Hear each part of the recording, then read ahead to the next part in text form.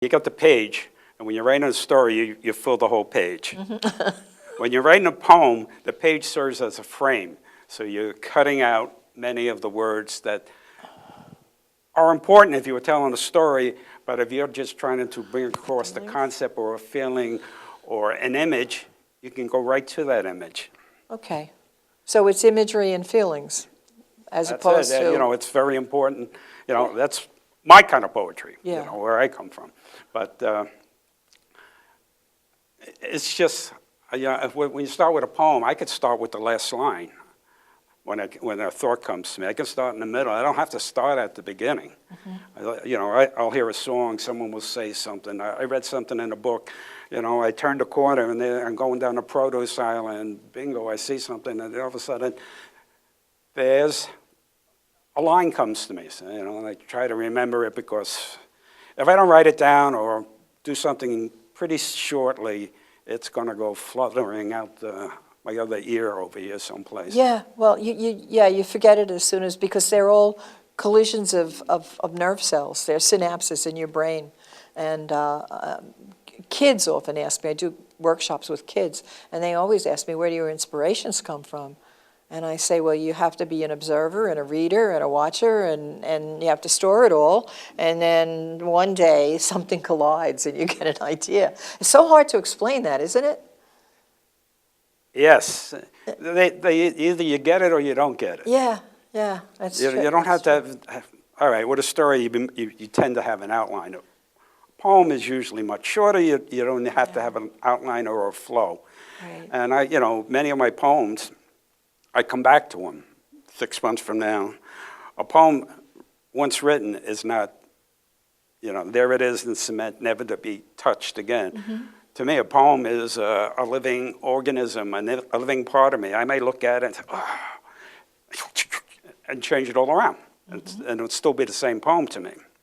So we have a couple of minutes left, and I'd like to ask you what's next for you, and then I'd like you to read about the refrigerator. Refrigerator door. That would be my next book. Right now, I got 2 books that I have to get back into. I don't want to say books, collections of poetry. One is on the about dragons. Every poem has some aspect on dragons. Good dragons, bad dragons, dragons in our life. Oh, I like Dragon that. lilies, dragonflies, you know. Great. They're all over the place. Magical dragons, the luck dragon from Never-Ending Story. Puff, Yeah. the magic And dragon. my other one is was based on a project I was working on, and I said, I just like this project. I'm going to keep going with it. Dancing. I love to dance. You know, I'm like the perfect date. I go out there. I'm the first one on the floor. I don't care. You know, like, oh, my husband never dances. This one never. That doesn't happen with me. I'm out there.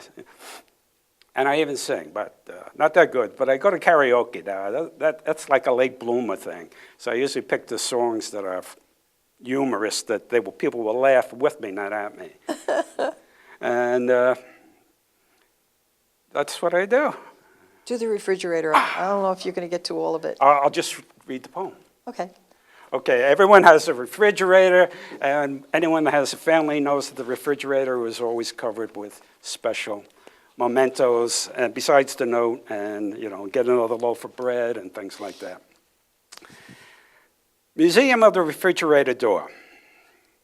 Much of the world's greatest art has been lost. Works of such beauty and intensity, they immediately touch one's heart and soul. Art that most ancient and modern masters could never hope to approach. These are works of pure, direct love, exacting in their tale, mind-expanding in scope with their use of the abstract. This is art that conveys its message, less through the use of technique or geometric exactness, but through the use of colors of the heart, mixed together on the palette of life and light, and sometimes pathos and loss. The tragedy is, I realize now, that much of this art could have been saved, preserved for the generations. These works didn't hang in the Louvre, the Met, the Prado, or some other depository. No, they hung on my refrigerator door, from where they brightened up an entire house, an entire world of spirit. Only a few pieces survived, in the corner of drawers and piles of miscellaneous papers. It's a shame, really, because it is only now that I realize the magnitude of their loss. We're done. The refrigerator door looks so bad now. Bingo! Do we get the... I hope so, yeah. Usually you can hear us over the credits, so hopefully you got that in. That was a good show. Thank you. Yeah, you did a nice job.